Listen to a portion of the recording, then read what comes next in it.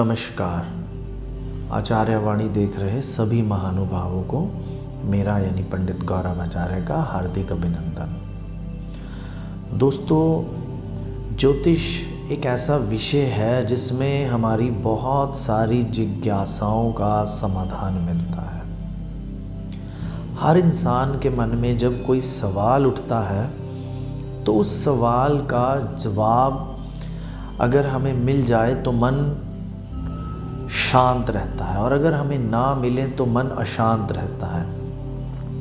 ये मन शांत और अशांत कई बार तो कुछ एक क्षण भर के लिए होता है, कई बार बहुत लंबे समय तक इसकी शांति और अशांति जो चलती रहती है वो हमें बेचैन और परेशान करती है। तो आज के इस प्रोग्राम में, इस कार्यक्रम में जो हम विषय पर बात करेंगे वो विषय है नौकरी या बिजनेस। काम आजीविका के लिए, पेट के लिए, ज़रूरतों के लिए, ख्वाहिशों के लिए हर व्यक्ति को करना ही पड़ता है। जो काम करते हैं, धनोपार्जन चाहे कम है चाहे ज़्यादा है, वो एक जीवन में संतुलन बना रहता है। और जहाँ काम नहीं करते हैं या नहीं हो पाता है या हम करने के बाद भी सफल नहीं हो पाते हैं, तो उस स्थिति में जीवन का संतुलन, परिवार का संतुलन, रिश्तों का संतुलन बिगड़ना स्वाभाविक है।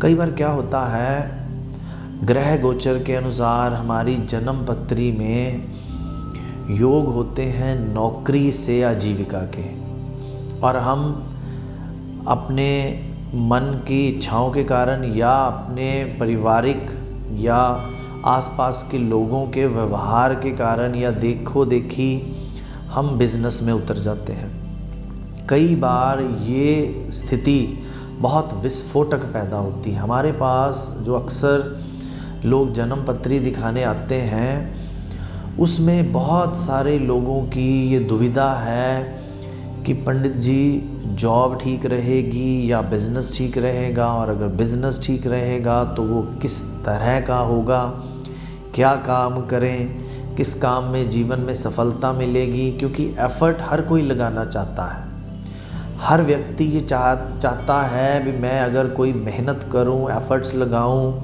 या कहीं से पैसे पकड़ के या अपनी जीवन की कमाई में या पेरेंट्स से मिला हुआ धन अगर कहीं लगाऊं तो वो व्यर्थ ना चला जाए।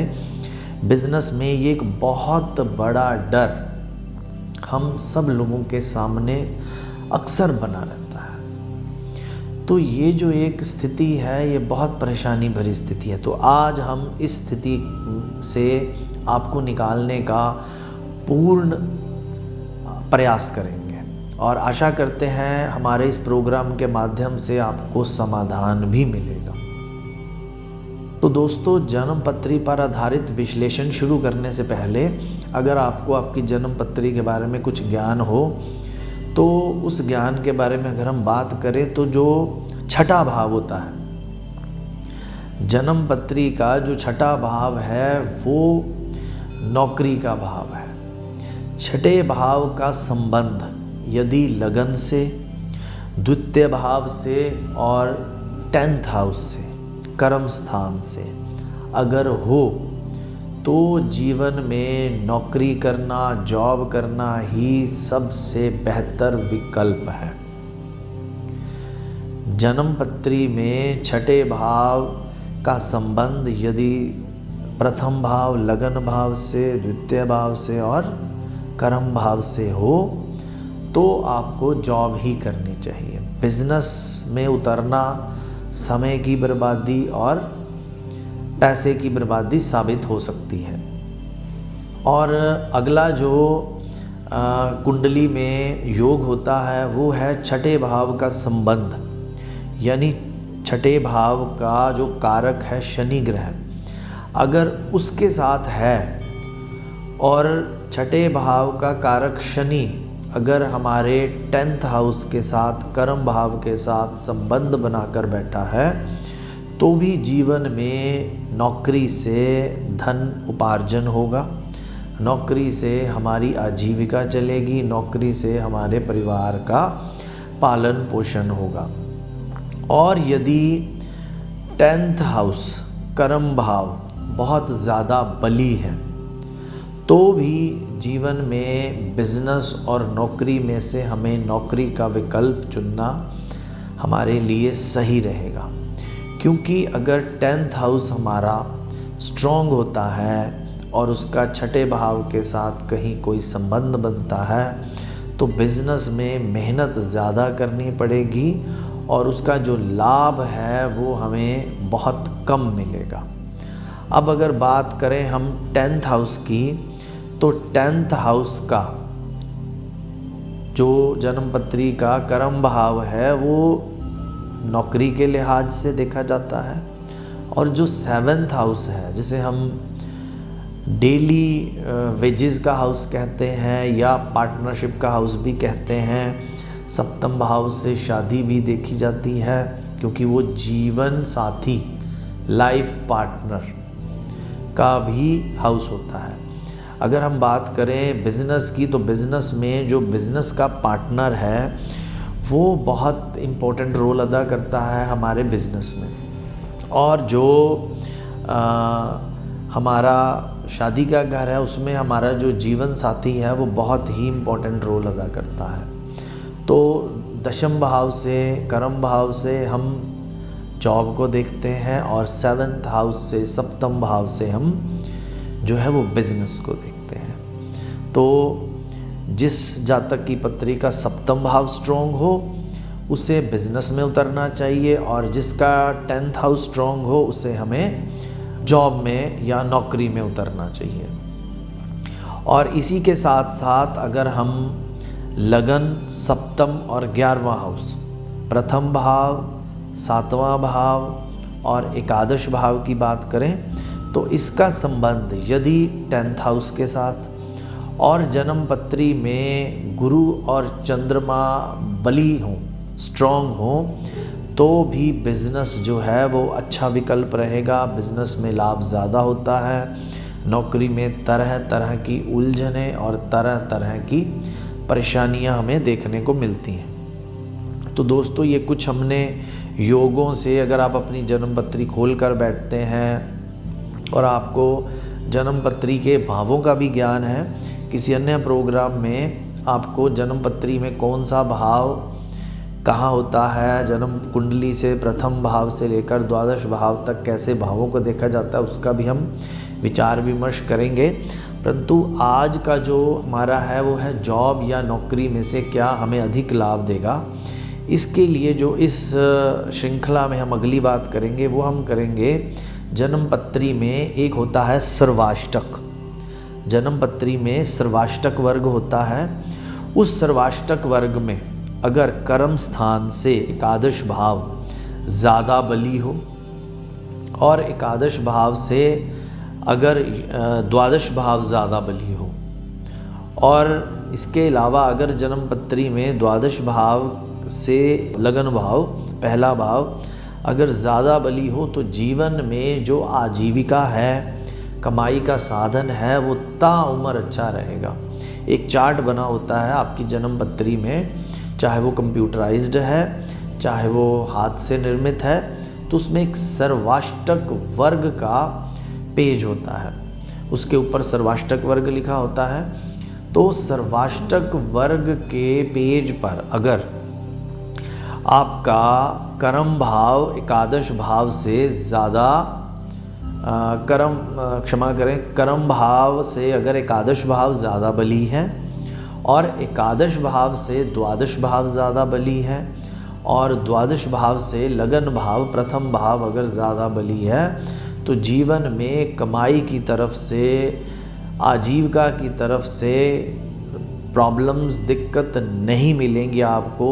ताउम्र आपकी आजीविका जो है बहुत अच्छी रहेगी। जो मैंने आपको एक योग बता रहा हूँ, ये बहुत ही कमाल का योग है, और अगर हमने 100 जन्म पत्रियों में से इसको ऑब्ज़र्व किया है तो हमें 100/100 फल मिले हैं। जैसे ही हमारे पास कोई जातक आता है जन्म पत्री दिखाने कोई हमारा महानुभाव हमारे पास कोई आते हैं, तो हम अगर ये सब चीज़ें देखकर उनको बताते हैं तो आगे से जो उनका उत्तर होता है वो सेटिस्फैक्ट्री अगर होता है तो ये हमारे लिए रिसर्च का विषय बनता है।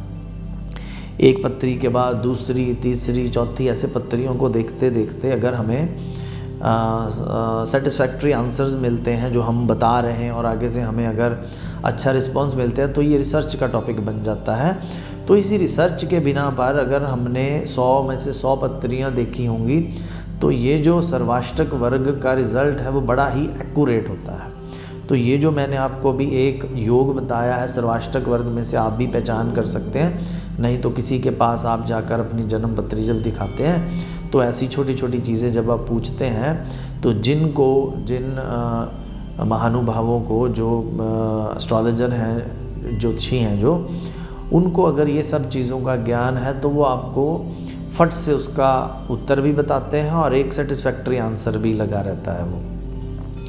तो इन सब योगों के अलावा जो एक और योग है वो है अगर द्वितीय भाव का, कर्म भाव का और एकादश भाव का। जैसे मैंने आपको पहले बोला है जो छठा भाव है वो नौकरी के लिए देखा जाता है और सप्तम भाव है वो कारोबार के लिए देखा जाता है। अगर द्वितीय भाव का, कर्म भाव का और एकादश भाव का अगर संबंध हमारा सप्तम भाव के साथ आ रहा है तो बिजनेस आपके जीवन में अच्छा रहेगा। ये तो बात हुई नौकरी बिजनेस अच्छा रहेगा कि नौकरी अच्छी रहेगी, किससे हमें फ़ायदा मिलेगा, किससे हमें लाभ अधिक मिलेगा, कहीं हमारा बिजनेस में लगाएं तो डूब ना जाएं और कहीं नौकरी में मिलेगी या नहीं, उलझने आएंगी। इसके अलावा एक बड़ा ही जो सामान्य प्रश्न है वो है सरकारी नौकरी। अगर हम किसी को ये बताते हैं भी बिज़नेस से अच्छा आपके लिए नौकरी है और आगे से अगर उनकी शिक्षा अच्छी है तो उनका जो उत्तर है आगे वो सरकारी नौकरी मिलेगी कि नहीं, है कि नहीं। तो उसमें आपको अपनी जन्म पत्री को देखने से एक सबसे पहले चंद्र और सूर्य की स्थिति देखनी है आपने। अगर चंद्र ग्रह और सूर्य ग्रह की स्थिति अच्छी है जन्म पत्री में और कारक ग्रह सूर्य और चंद्रमा का छठे भाव के साथ या कर्म भाव के साथ संबंध बन रहा है या सूर्य का लगन भाव और छठे भाव और कर्म भाव के साथ किसी तरह का कोई आपसी योग बन रहा है तो सरकारी नौकरी का जो चांस है या सरकारी नौकरी मिलने की जो स्थिति है वो स्ट्रॉन्ग रहेगी आपकी। और लगन के अनुसार जो आजीविका के स्वामी हैं वो 12वां भाव का अगर संबंध पहले भाव से, नवम भाव से, दशम भाव से और पंचम भाव से बन रहा है तो भी आजीविका में सरकारी नौकरी का, सरकारी लाभ का, सरकारी किसी किस्म का जो हमें सरकार की तरफ से कोई टेंडर्स या अन्य किसी मार्ग से हमें लाभ मिलना है तो वो भी लाभ मिलने की स्थिति जो है वो अच्छी बन जाती है। और इसके साथ साथ अगर आपकी, जैसे मैंने बताया सर्वाष्टक वर्ग, अगर सर्वाष्टक वर्ग में जो दशम भाव है अगर उसके अंक 12 भावों में सबसे ज़्यादा अच्छे हैं तो भी सरकारी नौकरी का लाभ हमें मिलने की स्थिति जो है वो अच्छी रहती है। और उधर हम मेहनत लगाते हैं तो हमारा समय और एनर्जी जो है वो वेस्ट नहीं जाती है। एक और इम्पॉर्टेंट बात आपको बताऊं मैं जो मुझे ध्यान में है, 20 वर्ष आपकी आयु जो है अगर वो 20 से जो 40 वर्ष के बीच जिस ग्रह की ग्रह दशा होती है उस ग्रह का भी बहुत इम्पॉर्टेंट रोल होता है आपके जीवन में, आपकी आजीविका से संबंधित, आपकी कमाई से संबंधित। 20वें और 40वें वर्ष में जिस ग्रह की ग्रह दशा है उस ग्रह से संबंधित एक तो नौकरी या बिज़नेस, और उस ग्रह दशा के हिसाब से अगर हम बिज़नेस करें तो किस तरह का बिज़नेस करें ये हमें देखने को मिलता है। और आपकी पत्री में जो लगन भाव है, लगन भाव का संबंध चौथे भाव, नवम भाव, 5वें भाव और कर्म भाव से डिसाइड होता है आप अगर बिज़नेस करेंगे तो कौन सा बिज़नेस करेंगे।